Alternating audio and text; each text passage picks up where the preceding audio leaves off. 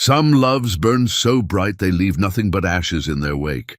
And Demi Adams was about to discover that the man she gave her entire soul to was about to set everything on fire because he couldn't handle the heat. The celebration dinner was supposed to be theirs, an intimate moment to mark Gareth's first major contract, the breakthrough they'd been working toward together for 3 years. But his new business partner had insisted on hosting at his estate, had invited other colleagues, had turned their private victory into a networking opportunity Gareth couldn't refuse. Demi understood. She always understood. That's what you did when you loved someone. You adjusted your expectations and supported their climb, even when it meant standing in the background. She'd come straight from her hospital shift, exhausted but determined to be present for this moment that mattered so much to him. Her dress was simple, the best she could afford from the consignment shop, and she'd pulled her natural hair back because there hadn't been time for anything elaborate. The nausea that had been plaguing her for weeks hit again as she walked into the estate. That rolling queasiness she kept telling herself was just stress from working double shifts. Inside, the house blazed with wealth she'd only seen in magazines. Crystal chandeliers, marble floors, artwork that probably cost more than she made in a year. The other guests moved through these spaces with easy confidence, women in designer dresses and men in tailored suits, all of them speaking a language of privilege Demi had never learned. She found Gareth near the bar, already several drinks in, his laughter too loud and his movements slightly unsteady. "There she is," he said when he saw her, and something in his tone made her stomach clench. "Everyone, this is Demi, the woman I've been living with. Not his girlfriend, not his partner, just someone who shared his space." But she smiled and greeted his colleagues, pretended not to notice the way they assessed her and found her wanting. The evening crawled forward through dinner, where she sat mostly silent, watching Gareth drink steadily and become someone she didn't quite recognize. His new business partner kept refilling his glass, encouraging stories about his journey from poverty to success. And Gareth leaned into the narrative with enthusiasm that felt desperate. "I came from nothing," he told the table, gesturing broadly with his wine glass. "My parents could barely keep the lights on. I swore I'd never live like that again, never be that person who couldn't afford basic dignity." Demi had heard this story before, but never told with such contempt for where he'd come from, never framed as something shameful rather than something he'd overcome. She reached for his hand under the table, a gentle reminder that she was here, that they were in this together. He pulled away, like her touch burned. After dinner, everyone moved to the drawing room for expensive liquor and cigars, a ritual that felt designed to exclude her. Demi stood near the window, feeling unmoored, wondering if she should just leave, when Gareth's business partner approached with practiced charm. "Gareth tells me you're a nurse," he said, making conversation that felt like obligation. "I am. At the county hospital. That's admirable.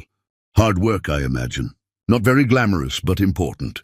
The dismissal was subtle but clear. Before Demi could respond, Gareth appeared beside them, drunk enough that his careful control had dissolved into something raw and mean.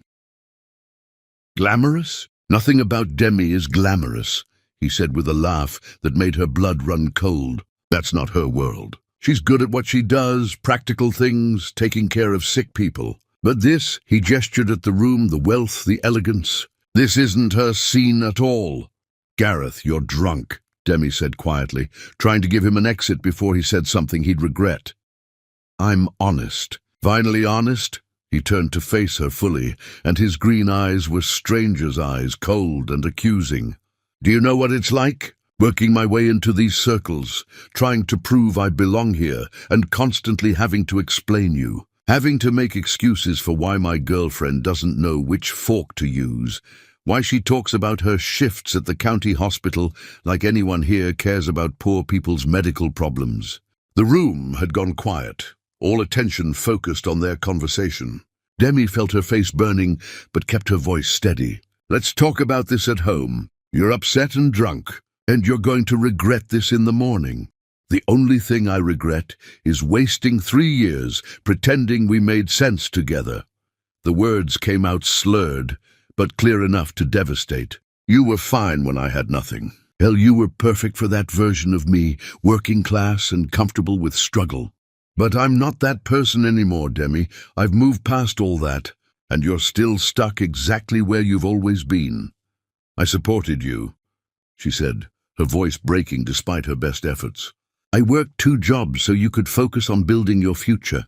I believed in you when no one else did, and I'm grateful for that, I really am. But gratitude isn't the same as love, and I don't love you anymore. I haven't for months. I've just been too much of a coward to say it. He drained his glass and set it down with enough force that the sound echoed. I met someone else, someone who actually belongs in my life now. Her name is Hadley. She's everything you're not, and we're together officially. I was going to tell you tomorrow, but why wait? You should know the truth. Demi couldn't breathe, couldn't process what she was hearing. This couldn't be happening. Not here, not like this, not from the man who'd whispered promises about their future just weeks ago. You're humiliating me in front of strangers, she managed to say. Whatever you're feeling, whatever you think you want, this isn't how you treat someone you spent 3 years with. I'm setting us both free, he shot back. You want to keep working at that hospital, living small, that's fine. That's who you are, but it's not who I am anymore, and I can't keep pretending otherwise. I need someone who matches where I'm going, not where I've been. Someone in the crowd murmured disapproval, but no one intervened. They watched like this was entertainment, a spectacle they'd gossip about later. Demi looked at Gareth, really looked at him, and saw someone she didn't recognize. The alcohol had stripped away his careful facade, revealed something ugly underneath. But she realized this ugliness had probably always been there, just hidden better when he needed her. I'm pregnant, she said, the words escaping before she could stop them. She hadn't meant to tell him like this, hadn't even taken the test yet, but her body knew and she needed him to know, needed something to reach through his drunken cruelty.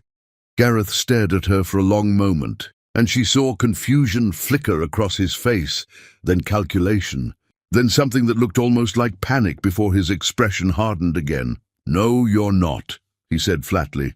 You're just saying that to make me stay. That's manipulative, Demi. That's beneath even you. I'm not lying. I've been feeling sick for weeks. I was going to take a test tomorrow. I was going to tell you when we were alone.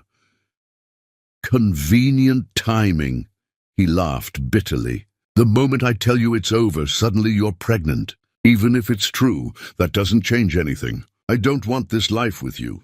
I don't want any life with you. We're done.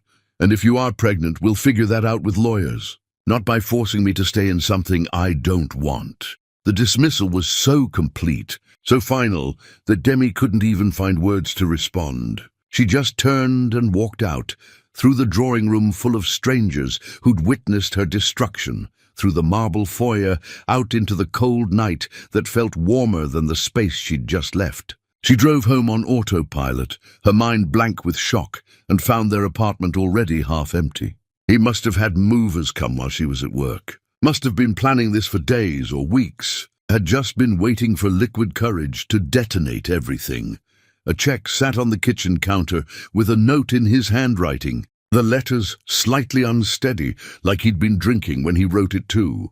3 months' rent. Car is paid off. We're settled. I'll send someone for the rest of my things. Don't contact me. My lawyer will reach out if you're actually pregnant. Otherwise, let's just move on. Demi sat on the floor, holding that note, rereading it until the words stopped making sense, and finally let herself cry. Not the quiet tears of someone trying to maintain dignity, but the ugly sobbing of someone whose world had just collapsed. She'd given him everything, had believed in their future, and he'd thrown her away the moment he didn't need her anymore. The cruelty wasn't calculated like a villain's plan. It was worse somehow. The spontaneous cruelty of someone who'd been drinking enough to stop pretending to be decent. She pulled herself together enough to walk to the bathroom and take the pregnancy test she'd been avoiding. The wait felt eternal, and when 2 lines appeared, she took another. Then another, all positive, all confirming that the worst night of her life had left her with something permanent. a piece of the man who just destroyed her growing inside her body.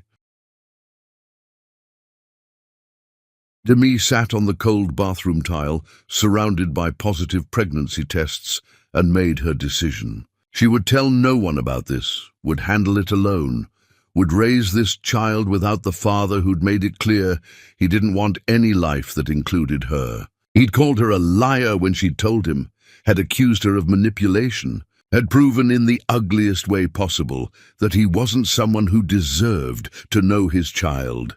"He doesn't deserve you," she whispered to her still flat stomach. "He threw us away without even believing you were real, so we're going to survive without him. I'm going to make sure you have everything you need, and he'll never know you exist. That's my promise to you." The grief came in waves after that. Grief for the relationship she'd thought they had, for the future she'd imagined, for the partnership she'd believed was strong enough to weather anything. But underneath the grief was something harder, a core of anger and determination that would carry her through what came next. Gareth Foster had discarded her like she was nothing, and she was going to prove him wrong about everything. She would raise this child alone, would build a life that didn't need him, would become someone so strong that his rejection would look like the worst mistake of his life. Chapter 2. The Girl Who Became Her Reason. The contractions started during a late afternoon rainstorm, sharp and insistent, announcing that ready or not, everything was about to change. Demi had spent months preparing for this moment, attending classes alone, reading every book the library offered, practicing breathing techniques in the middle of the night when fear made sleep impossible. But nothing prepared her for the reality of labor, the way pain reshaped time into something elastic and cruel. She drove herself to the hospital, gripping the steering wheel through contractions that threatened to steal her breath. The intake nurse looked at her with concern when she arrived alone, asked twice if there was someone they could call. Demi shook her head, signed papers with trembling hands, and was shown to a delivery room that smelled like antiseptic and fear. The walls were painted a soothing blue that did nothing to soothe the terror clawing at her chest. Hours bled into each other. The pain escalated beyond anything she'd imagined, beyond the sanitized descriptions from her birthing class, beyond the stories she'd heard from other mothers. She screamed until her voice gave out, begged for relief that came too slowly, and somewhere in the haze of agony she thought about calling Gareth. His number was still in her phone, unchanged because she couldn't quite bring herself to delete it. She could tell him he had a daughter on the way, could hear his voice one more time, could give him the chance to be present for this. But then she remembered his face in that drawing room, the casual cruelty of his drunken announcement, the way he'd called her a liar when she told him she was pregnant. She remembered his note calling their relationship settled, like love was a debt that could be paid off with 3 months' rent. The anger that surged through her was almost as powerful as the contractions, and she used it, channeled it into pushing through pain that felt like it would break her in half. "You're doing beautifully," the nurse said, lying with practiced kindness. "Just a little more."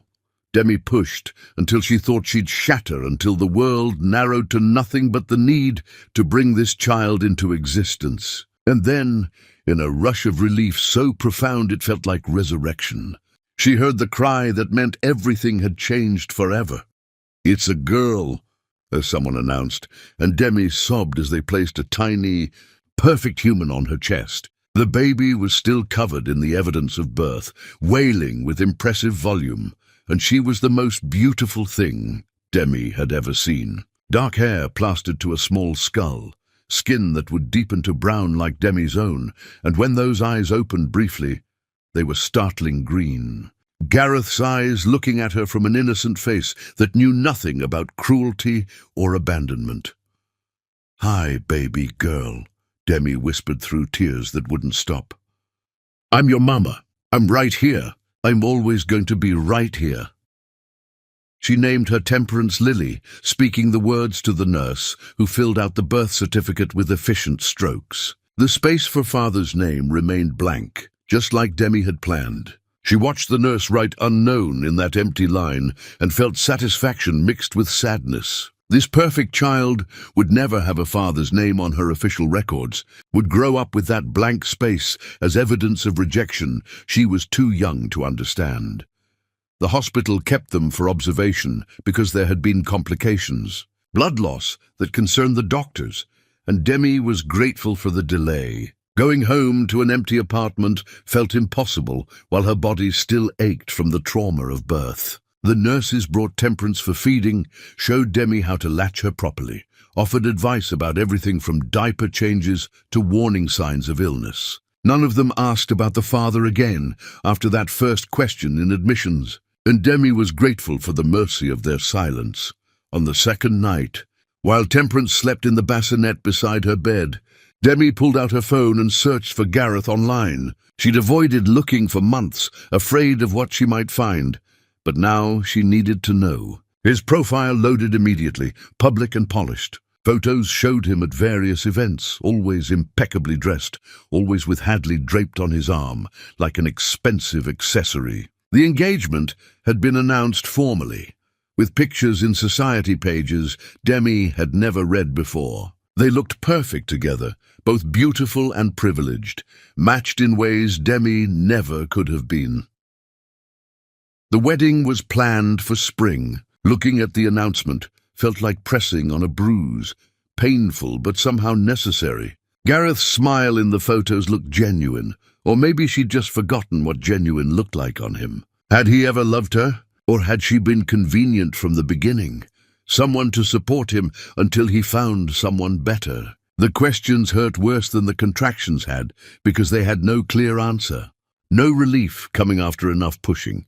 She deleted his contact information that night, blocked his number, removed every digital trace of him from her phone. Then she looked at her daughter sleeping peacefully, oblivious to the complicated world she'd been born into, and Demi made her choice. This baby would know stability and love. She would never wonder if her mother wanted her, never feel like a burden or mistake, and she would never know the man who'd rejected them both without even knowing she existed. The first weeks at home were survival, nothing more elegant than that. Temperance cried constantly, slept in unpredictable increments, and needed everything with an urgency that left no room for Demi's own needs. She learned to eat standing up while bouncing a fussy infant, to shower in 5-minute increments when exhaustion threatened to overwhelm basic hygiene, to sleep whenever Temperance slept because nighttime had become meaningless. Money evaporated faster than she'd anticipated, despite months of careful planning. Formula, diapers, clothes that Temperance outgrew almost immediately, medical appointments that added up even with insurance. Demi's savings account dwindled towards zero while she tried to figure out how to work from home doing medical billing, transcribing doctor's notes during stolen moments when the baby napped. It wasn't enough, would never be enough, but it was what she could manage alone.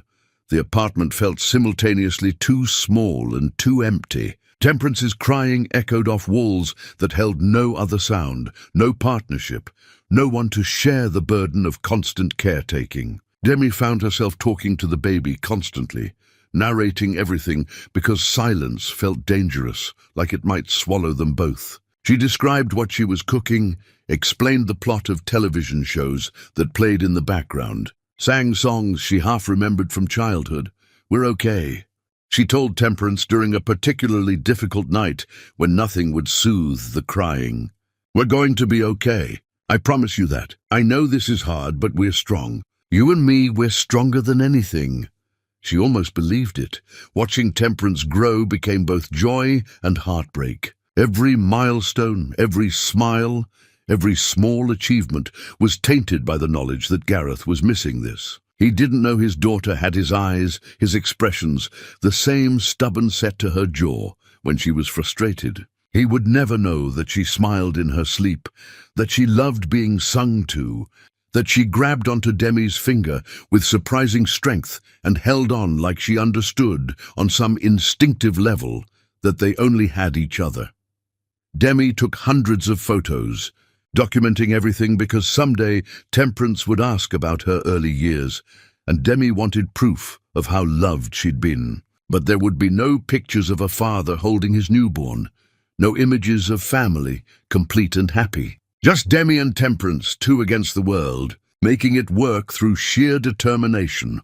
On particularly difficult days, when money was tight and exhaustion made everything feel impossible, Demi would look at Temperance and wonder if she'd made the right choice. Should she have told Gareth? Did he deserve to know about his child regardless of how he'd treated her?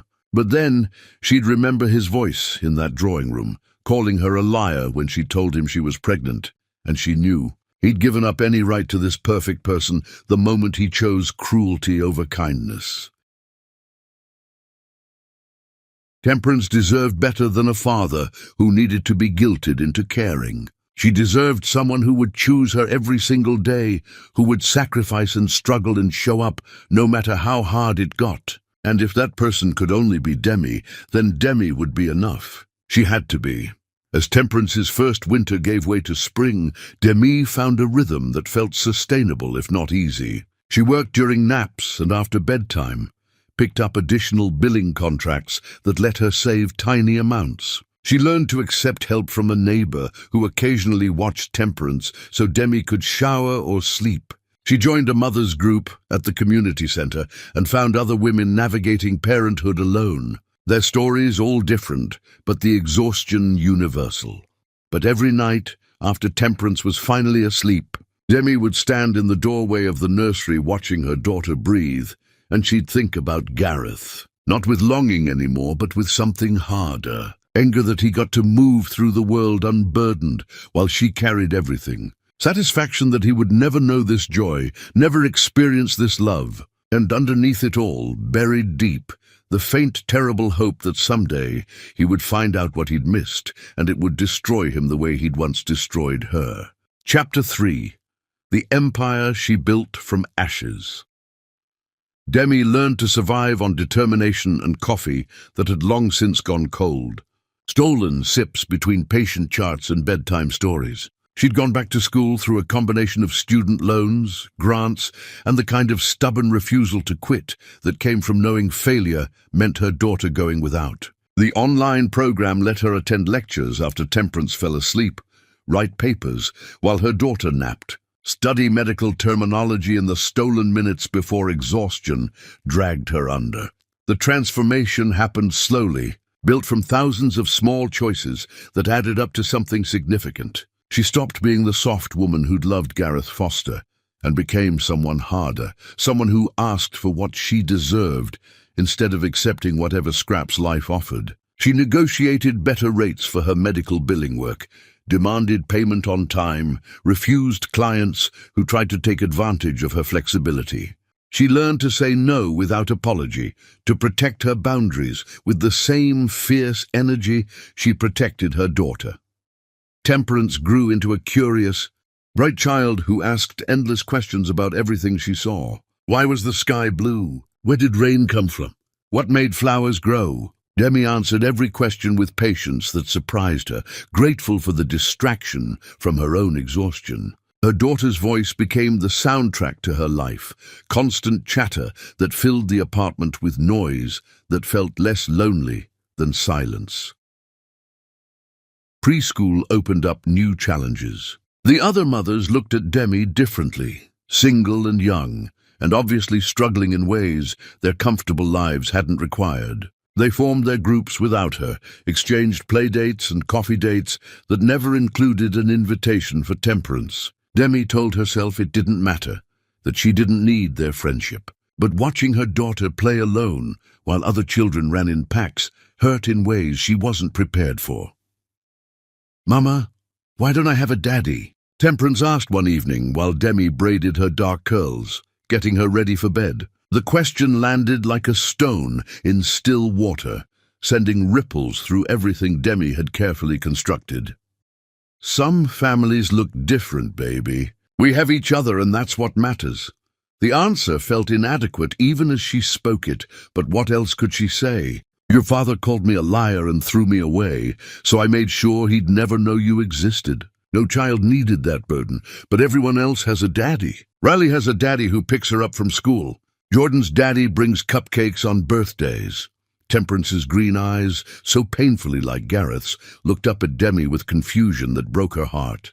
Did my daddy not want me? No, sweetheart, no. Demi pulled her daughter close, breathing in the clean scent of her shampoo. Your daddy doesn't know about you. He went away before you were born, before I knew you were coming. And I decided we didn't need him because we're so strong together. You understand? Temperance nodded against her chest, but Demi could feel the confusion radiating from her small body. How did you explain adult failures to a child who only understood love as unconditional? How did you tell your daughter that her father had chosen not knowing her over the possibility of staying? The questions came more frequently as Temperance grew. Where did he go? Why didn't he come back? Would he like her if he met her? Each one was a knife between Demi's ribs, guilt mixing with anger in toxic combination. She'd made this choice, had weaponized Gareth's ignorance as punishment, but Temperance was collateral damage to a war she hadn't chosen to fight. Graduation from her program felt like emerging from underwater, gasping and disoriented. Demi walked across a stage in borrowed regalia with Temperance in the audience, her daughter's applause the loudest sound in the auditorium. She'd done it, had earned credentials that would let her work as a physician assistant, would give them security beyond what she'd imagined possible. The job offers came quickly, medical practices desperate for qualified staff willing to work hard. She chose a position at a family practice in a better neighborhood, close to a school district with a reputation that made other mothers fight for enrollment. The salary felt surreal after years of scraping by, enough that she could afford a small house with a yard where Temperance could play. The transformation from struggling single mother to successful professional happened so fast it left Demi dizzy, but she grabbed onto stability with both hands and refused to let go. The house was modest, nothing compared to the estate where Gareth had destroyed her, but it was theirs. Demi walked through empty rooms and saw possibility instead of lack. She painted Temperance's bedroom a soft lavender, hung curtains they picked out together, assembled furniture using instructions she puzzled through alone. Every piece felt like victory, evidence that they didn't need anyone else to build a home. Temperance bloomed in the new environment, made friends at her school, brought home artwork that Demi hung on the refrigerator with pride. Watching her daughter thrive felt like justification for every choice Demi had made, including the choice to keep Gareth locked out of their lives. They were fine without him. Better than fine. They were building something good from the wreckage he'd left behind. But late at night, after Temperance was asleep, Demi would sometimes pull out her phone and search for Gareth Foster's name. It was self-destructive, picking at a wound that refused to fully heal, but she couldn't quite stop herself. His life played out in glossy photographs online, success building on success in ways that made her jaw clench. He'd married Hadley Whitmore in a ceremony that looked like it belonged in a magazine, all white flowers and expensive smiles. They lived in a penthouse he'd designed himself, attended charity events, traveled to places Demi had only seen in travel shows. He looked happy in the photos, or at least he looked successful, which maybe for him was the same thing. There were no children from his marriage, no announcement of pregnancy, no images of him cradling an infant the way he'd never cradled Temperance. Demi wondered if Hadley wanted children, if they'd tried and failed, if maybe cosmic justice meant Gareth would never know the one child he'd actually fathered. The bitterness surprised her sometimes, the way it could still rise up sharp and choking after all this time. She'd built a good life, had transformed herself into someone strong and capable, but seeing him succeed without consequence made the old anger fresh. He got to discard her and move on like she'd never mattered, while she carried the weight of his rejection every single day in the form of a daughter who looked just like him. "I hope you're miserable," she whispered to his image on her phone screen, knowing it was petty and not caring. "I hope that perfect life feels as empty as it looks. I hope you wake up someday and realize what you lost." Temperance's voice called from her bedroom, breaking into Demi's spiral. "Mama?" I had a bad dream.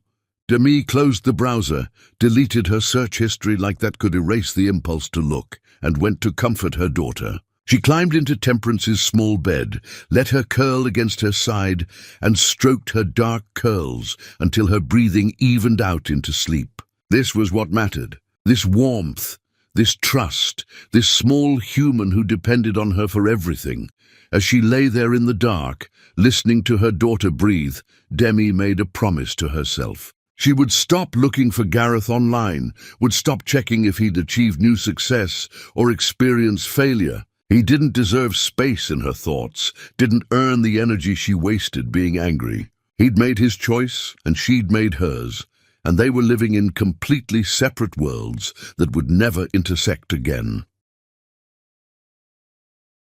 But fate, it turned out, had other plans, and those plans would detonate the careful walls Demi had built around herself and her daughter, leaving them exposed to the very man she'd spent years protecting them from. The collision was coming whether she wanted it or not, and it would change everything they'd built from the ashes of his destruction. Chapter 4. The collision nobody saw coming.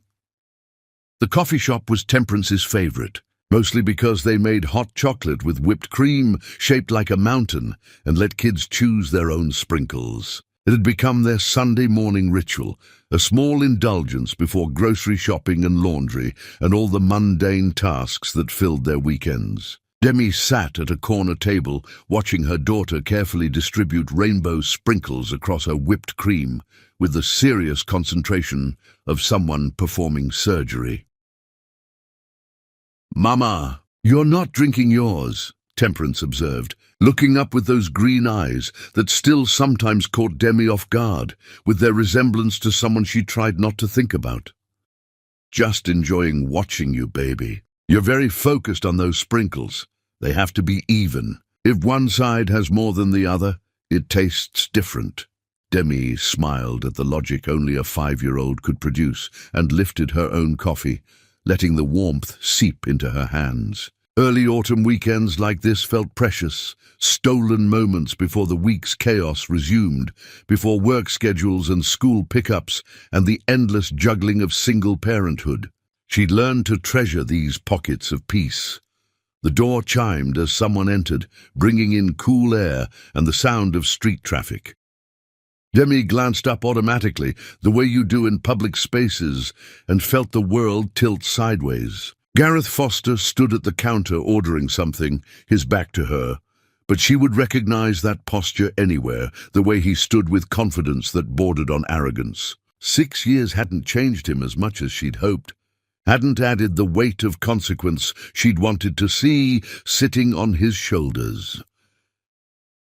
Her first instinct was to grab Temperance and leave immediately, to avoid whatever this collision would bring. But moving would draw attention, and besides, maybe he wouldn't see her. Maybe he'd get his coffee and leave, and she could preserve the careful separation she'd built between their worlds.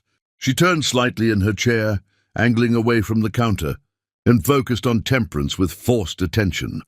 "Tell me about what you want to do at school this week," she said, keeping her voice low and steady. Temperance launched into an explanation about an art project involving leaves and glue, her hands gesturing enthusiastically enough to threaten the structural integrity of her whipped cream mountain. Demi nodded and made appropriate sounds of interest, while her peripheral vision tracked Gareth collecting his order and turning toward the seating area. She saw the moment he recognized her. His stride faltered, coffee cup frozen halfway to his mouth, and his expression shifted through confusion to recognition, to something she couldn't quite identify. She looked away quickly, pulling Temperance's attention back to her hot chocolate, willing herself invisible. But it was too late. He was walking toward their table with purpose that made her chest tighten. "Demi?" His voice was exactly the same. That particular tone that used to make her feel seen and now just made her feel exposed. She took a breath that didn't quite fill her lungs and looked up with an expression she'd been practicing in mirrors for years, professionally neutral and completely blank. "Gareth, hi." He stood awkwardly beside their table, clearly unsure whether he was welcome to sit or even to continue this conversation. His eyes kept darting to Temperance with curiosity that made Demi's protective instincts flare. "I didn't expect to see you. I mean, I live nearby now. I've been coming here for weeks. I just never thought you'd—" He trailed off, apparently realizing how that sounded. "We come here sometimes on weekends," Demi said, keeping her tone carefully casual despite the way her heart was hammering. "It's Temperance's favorite place for hot chocolate." At the sound of her name, Temperance looked up from her sprinkle arrangement and studied Gareth with the frank curiosity of childhood. "Hi, I'm 5. Are you my mama's friend?" The question landed like a stone in still water. Demi watched Gareth's face as he processed the age, the timeline, the math that was probably already happening in his head. She needed to end this encounter before it went any further. "An old friend from a long time ago," Demi said quickly. "Someone I used to know before you were born." "Oh." Temperance accepted this explanation with the easy flexibility of children and went back to her hot chocolate. "Mama, can I have a cookie too?" "Uti, after you finish that," Demi promised, then looked back at Gareth with an expression that clearly said this conversation was over. "It was nice seeing you again. Enjoy your coffee." He didn't move, just stood there, staring at Temperance like he was trying to solve a puzzle. "How old did she say she was?" 5. "And we really need to get going, grocery shopping to do." "She's 5 years old." He repeated it slowly, and Demi could see the wheels turning, see him counting backwards. "She was born? That's not really your concern." Demi stood, gathering her purse and reaching for Temperance's jacket. "Come on, baby, we need to go." "But I'm not finished." Temperance protested, pointing at her half-full cup. "We'll take it with us." Demi was already helping her into her coat, moving with efficiency born from 6 years of solo parenting. She could feel Gareth's attention boring into her back, feel the questions building. "Demi, wait, please." His voice was urgent enough that several other customers glanced over. "Is she— I mean, the timing, she's 5, which means she was born about 6 months after We're leaving," Demi said firmly, taking Temperance's hand and moving toward the door. But Gareth followed, his coffee abandoned on someone else's table. "Just tell me, please, is she mine?" The question came out desperate, loud enough that people were definitely staring now. Demi turned on him with fury she'd been holding back for 6 years. "You don't get to ask me that. You don't get to show up after all this time and demand answers about my daughter. Your daughter who looks exactly like me," he said, and his voice cracked slightly. "She has my eyes, Demi. She has my face. I remember that night at the dinner party. You told me you were pregnant and I called you a liar. I was drunk and cruel and I said terrible things, but was it true? Were you actually pregnant?" Temperance was looking between them with confusion, starting to shade toward fear. Demi knelt beside her, blocking Gareth from view. "Baby, go wait by the door for just 1 minute, okay? I need to talk to this person and then we'll go." "Are you mad at him?" Temperance asked, perceptive as always. "Just some grown-up stuff." "1 minute, I promise." Once Temperance was out of earshot, Demi stood and faced Gareth with cold rage. "You called me a liar when I told you I was pregnant. You said I was being manipulative, trying to trap you. You told me to have my lawyer contact yours if it was even true. So yes, it was true, and I had my daughter, and I raised her alone because you made it very clear you didn't want any life that included me." "I was drunk," he said, his face pale. "I was scared and drunk and I said things I didn't mean. If I'd known you were really pregnant, if I'd known there was actually a baby, then what? You would have done the right thing, married me out of obligation, resented us both for ruining your perfect new life." Demi stepped closer, lowering her voice to something dangerous. "I made the choice to keep you out of our lives because you proved you weren't safe. You destroyed me in front of strangers, called me nothing, threw me away like garbage. I wasn't letting you do that to my daughter." "Our daughter," he corrected, and something in his voice broke. "No, my daughter. I carried her alone, gave birth alone, raised her alone while you were off living your perfect life. You have no claim to her. I'm her father. You're a sperm donor who happened to be present at conception. A father is someone who shows up, who sacrifices, who puts his child's needs first. You've never done any of those things. Gareth looked like she'd struck him, and maybe she had with words instead of hands. Let me meet her properly. Let me be part of her life. I'll do whatever you want, follow whatever rules you set, but please don't keep me from my daughter. The daughter you called me a liar about. The one you said I was making up to trap you. Demi's laugh was sharp and bitter. You had your chance 6 years ago to be decent, to believe me, to support me. You chose differently. Those choices have consequences. She turned away before he could respond and went to Temperance, taking her hand and walking out of the coffee shop without looking back. Behind her, she could hear Gareth calling her name, but she didn't stop, didn't acknowledge him. Just got Temperance into her car and drove away while her hands shook on the steering wheel. Mama, who was that man? Temperance asked from her booster seat. Why were you talking angry? Just someone from a long time ago, baby. Nobody important. But as Demi drove toward the grocery store with her daughter chattering in the back seat, she knew that was a lie. Gareth Foster had just crashed back into their carefully constructed world, and the impact was going to create ripples neither of them could control. He'd seen Temperance, had recognized himself in her face, and there was no way he was going to just walk away from that knowledge. She'd spent 6 years protecting her daughter from the man who destroyed her. And now that protection was crumbling because of a random encounter at a coffee shop on an ordinary Sunday morning. The universe had a cruel sense of timing, throwing them together just when Demi had finally built a life that felt stable. Now everything was about to change, whether she wanted it to or not. And all she could do was hold tight to her daughter and prepare for the storm she could feel building on the horizon. Chapter 5. The truth begins to surface.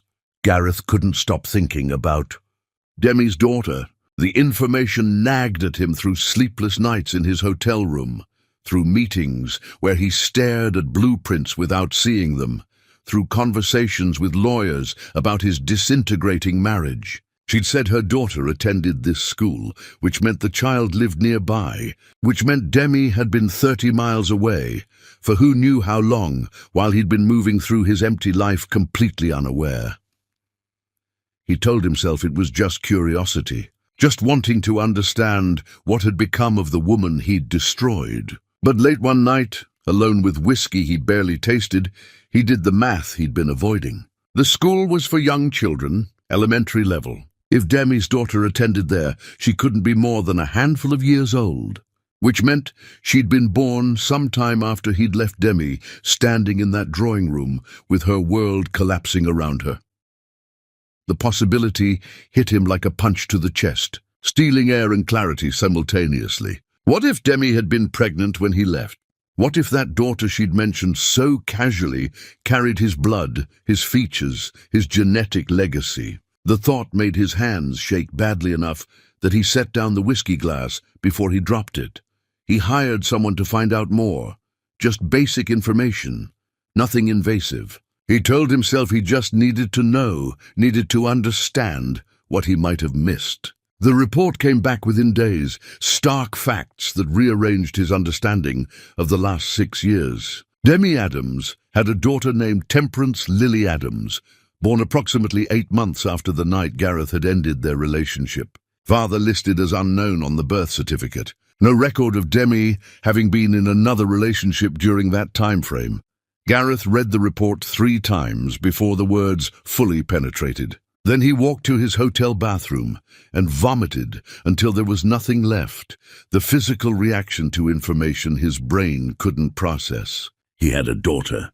A little girl he'd never met, never held, never even known existed. Demi had been carrying his child when he'd called her nothing, when he'd kissed Hadley in front of everyone, when he'd left that check on the counter like their entire relationship could be reduced to a financial settlement. The guilt was a living thing, clawing at his insides with teeth sharp enough to draw blood. He destroyed a pregnant woman without knowing she was pregnant, but did that matter? He'd been cruel regardless. He'd humiliated her, discarded her, proved himself capable of casual devastation. And she'd responded by erasing him completely, raising his daughter alone, rather than let him be part of their lives. Could he even blame her for that? If their positions were reversed, would he have told her? He looked at the single photo the investigator had included, taken from a distance at the school playground. A small girl with dark curly hair and a smile that looked familiar in ways that hurt to recognize. She wore bright pink and ran with the particular abandon of childhood, and she was his daughter, his blood, his legacy that he'd been shut out from because he'd proven himself unworthy of knowing her. Gareth started driving by the school during pickup times, parking far enough away that he couldn't be obvious, but close enough to see. He told himself he just needed to confirm what he already knew, just needed to see her clearly enough to be certain. But the first time he got a good look at Temperance's face, every doubt evaporated. She had his eyes, the exact shade of green he saw in his own mirror. She had his hair texture, those dark curls that resisted taming. She had his stubborn chin and his expressive eyebrows, and his way of tilting her head when she was thinking. She was also absolutely, unmistakably Demi's daughter. Her skin was Demi's warm brown, her smile was Demi's gentle curve, her movements had Demi's grace. She was this perfect synthesis of both of them, this human proof that they'd created something beautiful together, even if everything else between them had turned ugly. He watched her laugh with other children, watched her run to Demi when school let out, watched his daughter throw her arms around a mother who'd raised her completely alone. The love between them was obvious, even from a distance, the way Temperance's face lit up when she saw Demi, the way Demi knelt to listen to whatever story her daughter was telling with animated gestures. They were a unit, complete and functional, and he was an outsider looking in at a life that should have included him. The third time he sat in his car watching them, Demi noticed. Of course she did. She'd probably been hyper-aware of threats since the day he'd left her, probably watched for danger with the vigilance of someone who'd learned people could hurt you without warning. She handed Temperance off to another parent, said something that made her daughter skip toward another car, then marched toward Gareth with fury radiating from every line of her body. He got out of the car before she reached him, and raised in a gesture of surrender that felt pathetic. "What the hell do you think you're doing?"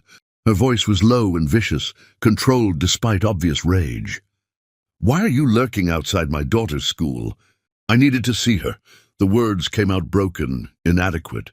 I needed to know. Know what? But her eyes flickered with something that might have been resignation, like she'd known this confrontation was inevitable. "Is she mine?" he asked directly, past caring about subtlety. "Is Temperance my daughter?" Demi's expression went cold in a way that was somehow worse than her anger. "What daughter? I don't know what you're talking about. Don't do this, please." He was begging and didn't care. "I saw her. She has my eyes, Demi. She has my face. I did the math. She was born 8 months after I left you, which means you were pregnant that night at the dinner party. You were carrying my child when I humiliated you in front of all those people." "You don't have a child," Demi said flatly. "You have nothing. No rights, no claims, no connection to my daughter whatsoever. But I'm her father. No, you're a sperm donor who happened to be present at conception. A father is someone who shows up, who sacrifices, who puts his child's needs before his own ego. You're not capable of that. You proved it when you threw away the woman carrying your child because she embarrassed you." The words landed like physical blows. "I didn't know. God, Demi, I didn't know you were pregnant. If I'd known, I never would have." "Wouldn't have what?" "Destroyed me in front of strangers. Paid me off like a debt. Married someone else while your child grew inside me." She laughed bitterly. "You're lying to yourself if you think knowing would have changed anything. You didn't love me enough to treat me like a human being when you thought we were just a couple. Why would a pregnancy suddenly make you decent?" "Because it would have," he insisted desperately. "I would have stepped up. I would have done the right thing." The right thing would have been not calling me nothing. The right thing would have been breaking up with me in private, instead of making it a public spectacle. The right thing would have been acknowledging that I'd supported you for 3 years and deserved basic respect. You don't get credit for hypothetically doing better when you actually did your worst. I'm sorry, he said, and tears he didn't know were possible burned in his eyes. I'm so sorry for all of it. I was young and terrified, and I made the worst mistake of my life. But please, please don't punish me by keeping my daughter from me. Let me know her. Let me be part of her life. I'm begging you. You think this is about punishing you. Demi's voice rose slightly before she caught herself, glancing toward where Temperance played oblivious to the adult drama unfolding nearby. This is about protecting her. My daughter has never known anything but love and security. She's never been made to feel like she wasn't enough, never been discarded, never been called nothing. I'm not letting you teach her those lessons. I wouldn't hurt her. I would never hurt her. You hurt me, Demi said simply, and she's part of me, the part I've protected every single day since she was born. If you think I'm letting you near her after what you're capable of, you're more delusional than I thought. She turned to walk away, and panic surged through him. I'll file for paternity testing. I have rights. I'm her biological father, and the law gives me standing to petition for visitation. Demi turned back slowly, her expression arctic. You're threatening me? You're actually standing here threatening me with courts and lawyers. I'm not threatening. I'm just saying that if you won't let me see her voluntarily, I'll do what I have to do legally. She's my daughter too. She's nothing to you, Demi shot back. She's a stranger you've watched from a car, like some kind of stalker. You want to traumatize her by forcing yourself into her life through courts? Go ahead. Let her see exactly what kind of man her father is. Let her learn that men take what they want, regardless of who gets hurt. That sounds like great parenting.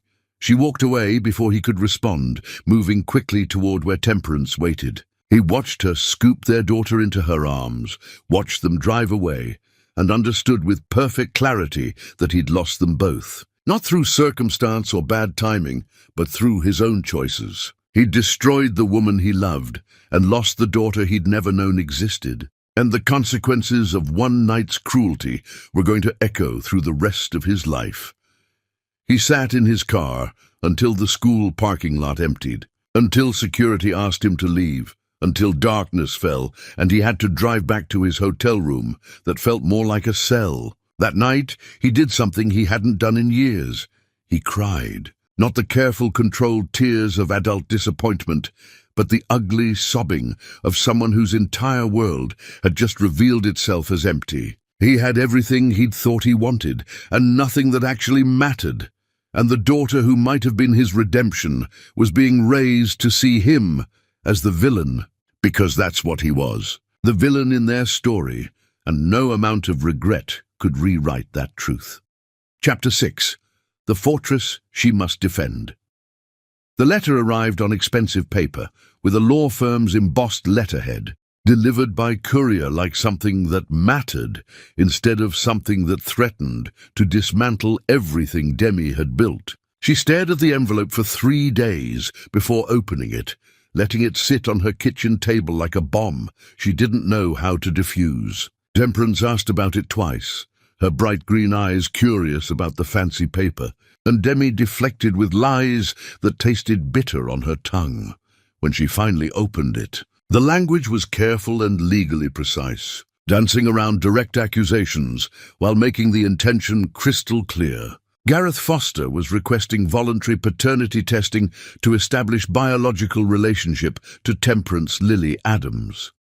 If Demi agreed to testing and results proved paternity, he proposed they work out a private arrangement regarding his involvement in the child's life. If she refused, he would file a formal petition with the court seeking to establish paternity through legal channels and request visitation rights accordingly.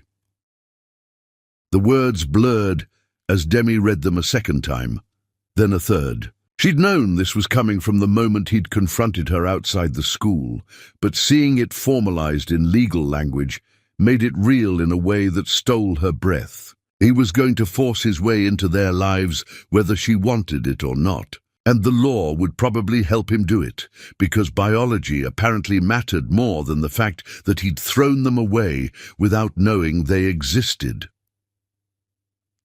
Sleep became impossible. She lay awake, listening to Temperance breathe in the next room, planning escape routes that made no logical sense. They could move across the country, change their names, disappear before he filed anything official. But she knew that was insane, that running would only make things worse, that she couldn't spend the rest of their lives hiding from a man who had every legal right to know his biological child. The knowledge made her want to scream, to rage against the unfairness of a system that gave rights to someone who'd done nothing to earn them. Temperance started having nightmares. She'd wake up crying about losing her mother, about being alone, about monsters she couldn't describe. Demi would hold her through these night terrors, stroking her hair and whispering promises she wasn't sure she could keep. Her daughter was picking up on the anxiety radiating from her, sensing something wrong, even if she couldn't articulate what. The guilt was excruciating. Demi had wanted to protect Temperance from pain, but her own fear was hurting her daughter anyway. "Mama, why are you sad?" Temperance asked one morning over cereal, her small face serious in a way that broke Demi's heart. "I'm not sad, baby. Just tired from work." "You're sad," Temperance insisted with the brutal honesty of childhood. "You cry at night." "I hear you." Demi pulled her daughter into her lap, breathing in the clean scent of her shampoo, trying to find words that wouldn't add to her nightmares. "Sometimes grown-ups have complicated feelings about complicated things. But I promise you're safe and I love you, and nothing is going to change that. You believe me?" Temperance nodded, but her eyes remained worried, too perceptive for her own good. Demi wondered what other damage she was doing in her attempt to protect her daughter from Gareth's reappearance. Maybe the protection itself was becoming the problem. She made an appointment with a family lawyer recommended by a colleague. Spent money she didn't want to spend on consultation that might tell her things she didn't want to hear. The lawyer's office was professional and warm, designed to put clients at ease. But Demi felt nothing but dread as she explained her situation to a woman who took notes with practiced efficiency. "The reality is that if he establishes paternity, he will likely be granted some form of visitation rights," the lawyer said gently. "Courts generally believe that children benefit from knowing both biological parents unless there's evidence of abuse or neglect. His abandonment of you doesn't count as abandonment of the child, since he didn't know she existed. So he gets to force his way into her life because he contributed DNA? That's what matters?" Demi heard the bitterness in her own voice and didn't care. "I understand your frustration, and I'm not saying it's fair.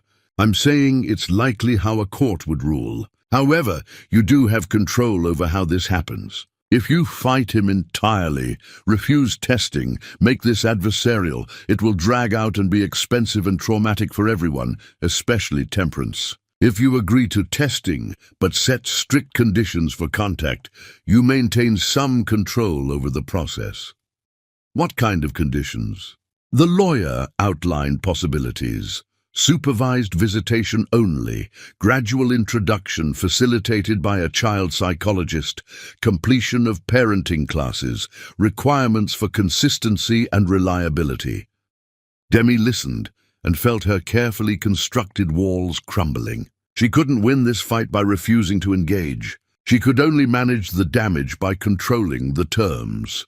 "I need to think about it," she said, gathering her purse with hands that wouldn't quite steady.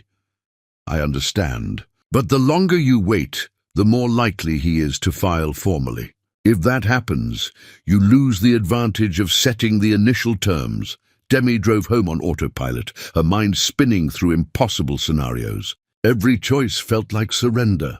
Agree to testing, and she was admitting Gareth had rights to her daughter. Refuse and he'd file anyway, making her look uncooperative to a judge who would decide Temperance's fate based on legal precedent, instead of understanding what Gareth was actually capable of destroying. That night, After putting Temperance to bed with extra hugs and reassurances, Demi sat at her kitchen table with the lawyer's letter and a pen. She wrote her response through 3 drafts before finding words that felt right, that didn't reveal how terrified she was of letting Gareth near the most precious thing in her world. She agreed to paternity testing, but outlined conditions so strict they felt like armor. Supervised visitation only, with periodic review by a child psychologist. Gareth must complete parenting classes for absent fathers and undergo therapy to address his documented pattern of abandoning people when they became inconvenient. Any introduction to Temperance must be done gradually with professional facilitation, prioritizing the child's emotional well-being above all else. Demi would retain full legal custody with him as a visitor only, and she reserved the right to terminate contact if his involvement proved harmful to Temperance in any way. She sent the response through her own lawyer, formal and cold, giving him no room to negotiate beyond accepting her terms or facing a court battle that would expose every cruel thing he'd done. Then she waited for his response, while time seemed to slow to an agonizing crawl. The answer came within 2 days. He agreed to everything. Every condition, every requirement, every limitation she'd imposed. His lawyer's response was brief and professional, but underneath the legal language she could sense desperation. He wanted to know his daughter badly enough to accept whatever restrictions Demi demanded, and that scared her almost as much as if he'd fought back.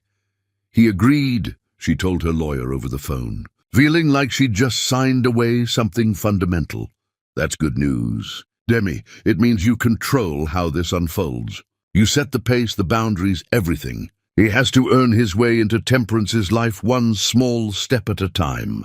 But it didn't feel like good news. It felt like inevitability, like watching a storm approach, knowing there was no shelter strong enough to hide in. She'd spent years building a fortress around herself and Temperance, and now she was opening the gate to let in the enemy because the law said he had rights, and fighting would only hurt her daughter more. That evening, Demi sat Temperance down in the living room with gentle hands and a racing heart. She'd been rehearsing this conversation in her head for days, trying to find words that would explain the unexplainable to a child who deserved simplicity instead of adult complications. "Baby, I need to talk to you about something important." She pulled Temperance into her lap, needing the physical contact for her own comfort as much as her daughter's. "You know how you've been asking about your daddy?" Temperance's green eyes went wide and serious. "Is he dead?" "No, sweetheart. He's alive. He just hasn't been part of our lives because of grown-up reasons that are complicated. But he found out about you, and he wants to meet you. He wants to meet me." The wonder in Temperance's voice was a knife between Demi's ribs. "Really?" "Really. But we're going to go very slowly, okay? You're going to meet him with a special doctor there who helps families, and if it feels scary or bad, you can stop any time. Your feelings matter most. Do you understand?" Temperance nodded, her small face a mixture of excitement and confusion. "What's he like? Is he nice?"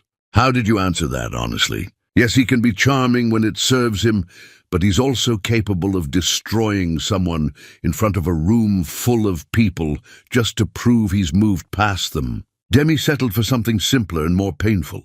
"I don't know what he's like now. People can change. We'll find out together." That night, long after Temperance had fallen asleep with her head full of questions about the father she'd never known, Demi stood in the doorway of her daughter's room and let silent tears track down her face. She'd kept Temperance safe for so long, protected her from the knowledge that her father had discarded them before she was born, shielded her from rejection and disappointment. Now she was deliberately opening that door, letting in someone who'd proven himself capable of casual cruelty, and all she could do was pray that he'd somehow become someone different, someone worthy of the perfect child who carried his eyes and his stubborn chin and none of his capacity for destruction. But prayer felt inadequate against the storm she could feel building. threatening to sweep away everything she'd built from the ashes of his devastation. Chapter 7. The Father Who Must Prove Himself. The parenting class met in a community center that smelled like coffee and industrial cleaning solution, with folding chairs arranged in a circle like some kind of 12-step program for fathers who'd failed. Gareth sat among men whose stories were uniformly ugly, tales of addiction and abandonment, and choices that had severed them from their children. He listened to a father who'd missed birthdays because of prison, another who'd walked away when his girlfriend got pregnant because he was too scared to handle responsibility, a third who'd chosen his career over custody and was now fighting to rebuild what he'd broken. The facilitator, a woman with kind eyes and zero tolerance for excuses, asked each man why he was there. When Gareth's turn came, he tried to find words that didn't sound pathetic. I didn't know my daughter existed until recently. Her mother kept the pregnancy from me because I'd ended our relationship badly. Very badly. He paused, aware of how inadequate this summary was. I humiliated her in public, told her she wasn't good enough for my life, and left her to deal with everything alone. She raised our daughter for years while I was off living my life completely unaware. Now I'm trying to earn the right to meet her. Did you physically abuse the mother? The facilitator asked directly. No, nothing like that. Just emotional cruelty. Cruelty is cruelty, another father said quietly. Doesn't matter if you hit someone or just make them feel worthless. The damage is the same. The words settled over Gareth like a weight he couldn't shift. He'd been telling himself his actions were forgivable because he hadn't been violent, hadn't known about the pregnancy, hadn't intended the worst consequences. But intention didn't erase impact. He'd destroyed someone deliberately, and that person had been carrying his child while he was doing it. The classes covered basics he should have already known, skills that should have been instinctive but apparently weren't. How to talk to a child at their eye level, how to listen without judgment, how to build trust gradually instead of demanding immediate affection, how to put a child's emotional needs before your own desire for connection. Each lesson felt like indictment of everything Gareth had done wrong, every way he'd proven himself unfit for the title of father. Therapy was worse because it required excavating truths he'd been avoiding most of his life. His therapist, a man named Dr. Hammond, who had a talent for asking questions that hurt, wanted to understand why Gareth had destroyed Demi so thoroughly, instead of just ending the relationship with basic decency. I was terrified, Gareth admitted during their third session, the words tasting like confession. I grew up poor, watching my parents struggle, always feeling like we were one disaster away from losing everything. When I started succeeding, when money stopped being this constant source of panic, I became obsessed with never going back to that. Demi represented where I came from. Loving her meant acknowledging that part of myself, and I wanted to erase it. So you erased her instead, Dr. Hammond said without judgment, just observation. I told myself I was being honest, that she deserved someone who really loved her, not someone who was embarrassed by her. But the truth is, I was punishing her for making me feel things I didn't want to feel. Guilt about moving past the life we'd built together. Shame that I cared more about appearances than substance. I made her the villain in my story, so I could be the victim. Someone forced to make hard choices, instead of someone making selfish ones. The admission sat heavy in the room between them. Dr. Hammond leaned forward slightly, his expression serious. And now you want to be her daughter's father. Why? Is this about the child or about absolving yourself of guilt? Gareth opened his mouth to insist it was about temperance, only about her, but the therapist's raised eyebrow stopped him. I don't know, he said finally. Maybe both. I missed everything, her birth, her first words, years of her life that I can never get back. Part of me wants to know her because she's my daughter, and I love the idea of her even though we've never met. But part of me wants this, because having a relationship with her would mean Demi has to forgive me at least enough to coexist, and that would make me feel less like a monster. You understand, that's not healthy motivation for pursuing a relationship with a child. I understand nothing. I want matters here. The only thing that matters is what's best for Temperance. If me being in her life hurts her more than helps her, I should stay away, regardless of what I want. I'm trying to figure out if I'm capable of that kind of selflessness, or if I'm still the same selfish bastard who destroyed her mother." Dr. Hammond made notes in his leather journal before responding. "The fact that you're asking that question is progress. The man Demi knew wouldn't have questioned his motivations. He would have assumed his presence was automatically beneficial because it served his needs. You're starting to understand that intent doesn't matter as much as impact, and that's the foundation of actual change." The sessions continued twice weekly, each one peeling back layers Gareth had spent years building over his own ugliness. They discussed his relationship with his parents, the poverty that had shaped his fear-based decision-making, the moment he decided that being successful meant abandoning everything that reminded him of struggle. They examined his marriage to Hadley, how he'd chosen status over authenticity and paid for it with years of emptiness. They explored what it meant to be a father, not just biologically but functionally, and whether Gareth was capable of putting someone else's needs before his own, consistently enough to deserve the title. "Your daughter doesn't need another person in her life," Dr. Hammond said bluntly during one session. "She has a mother who loves her completely, who's provided everything she needs. You being present won't fill any gap because there is no gap. You're asking to be added to her life, not to complete something missing. That means you have to bring value, not just demand space because you share DNA." "What kind of value could I possibly bring?" Gareth asked, genuinely confused. "I've been absent her entire life. I'm a stranger who happens to be biologically connected to her. That's what you need to figure out before you meet her. What can you offer this child that she doesn't already have? And is it enough to justify the disruption your presence will cause?" Gareth spent nights at his hotel working through those questions. What could he offer Temperance? Another person who loved her, but Demi's love was already complete and unconditional. Financial support, but Demi had built a career that provided stability. A father figure. But what did he know about being a father when he'd spent his life proving he couldn't maintain relationships that required actual sacrifice? Maybe the only thing he could offer was honesty.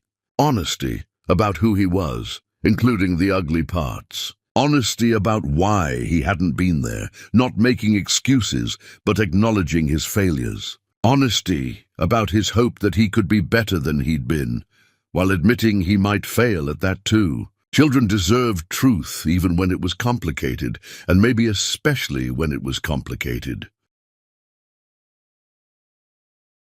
He practiced introducing himself to a daughter he'd never met, standing in front of his hotel mirror, trying different approaches. None of them felt adequate.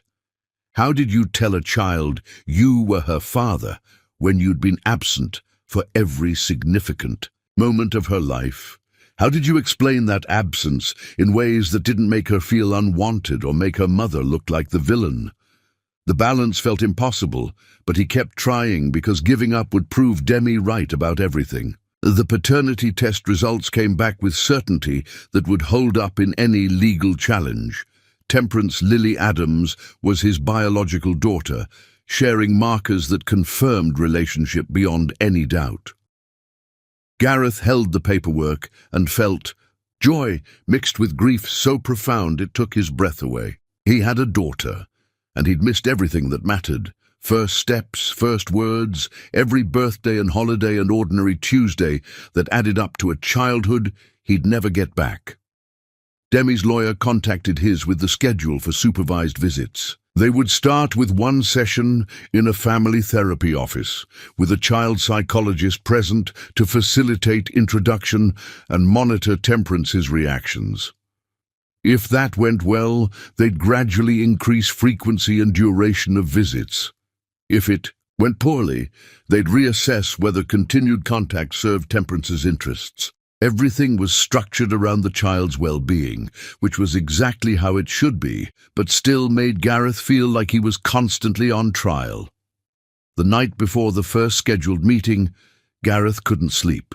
He lay in his hotel bed, staring at the ceiling, imagining every way the encounter could go wrong. What if Temperance hated him on sight? What if she asked questions he couldn't answer without making Demi look bad? What if his presence scared her or hurt her or confirmed everything Demi believed about his capacity for damage? He called Dr. Hammond at midnight, knowing his therapist would be annoyed but desperate for guidance. "You can't control how she reacts," Dr. Hammond said, his voice gravelly with sleep. "You can only control how you show up. Be honest, be present, and be prepared for her to not want anything to do with you." Children are perceptive. They know when adults are performing versus when they're genuine. Your job isn't to make her like you immediately. Your job is to show up consistently and let her decide over time whether you're someone she wants in her life. What if I mess this up? You probably will. Every parent messes up. The question is whether you'll keep showing up after you mess up or whether you'll do what you did with Demi and run when things get hard.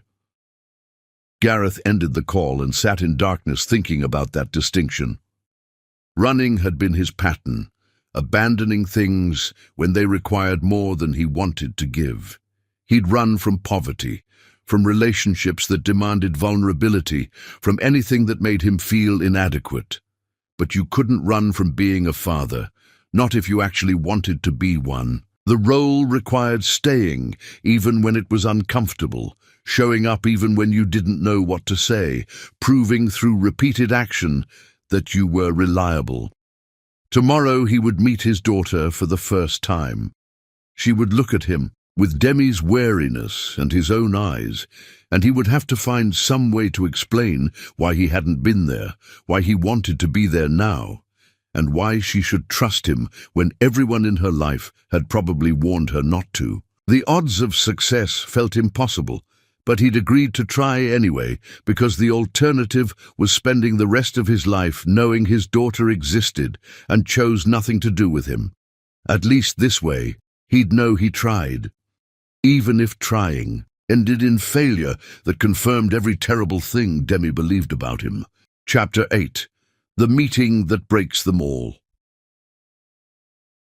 The family therapy office tried too hard to be welcoming, with soft lighting and comfortable furniture arranged to minimize the clinical feel.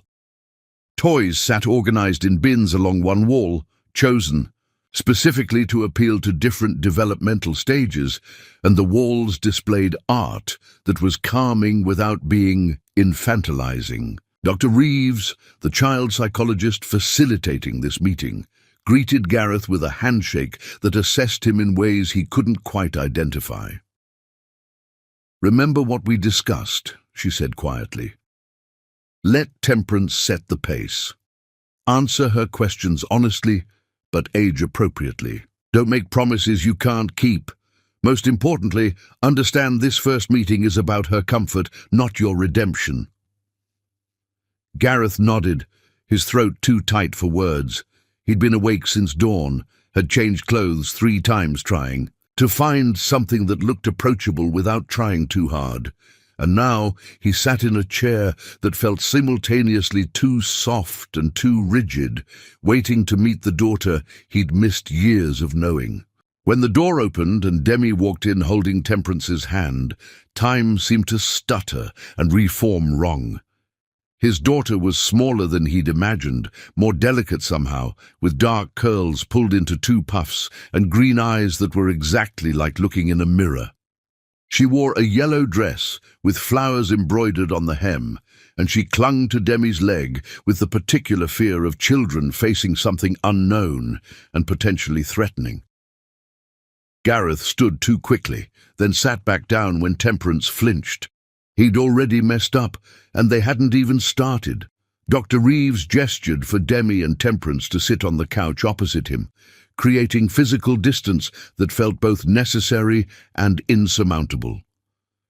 "Temperance, this is Gareth," Demi said quietly, her voice carefully neutral. "He's the person we talked about, the one who wanted to meet you." "Hi," Gareth managed, and his voice came out rougher than intended. He cleared his throat and tried again. "Hi, Temperance. It's really nice to meet you."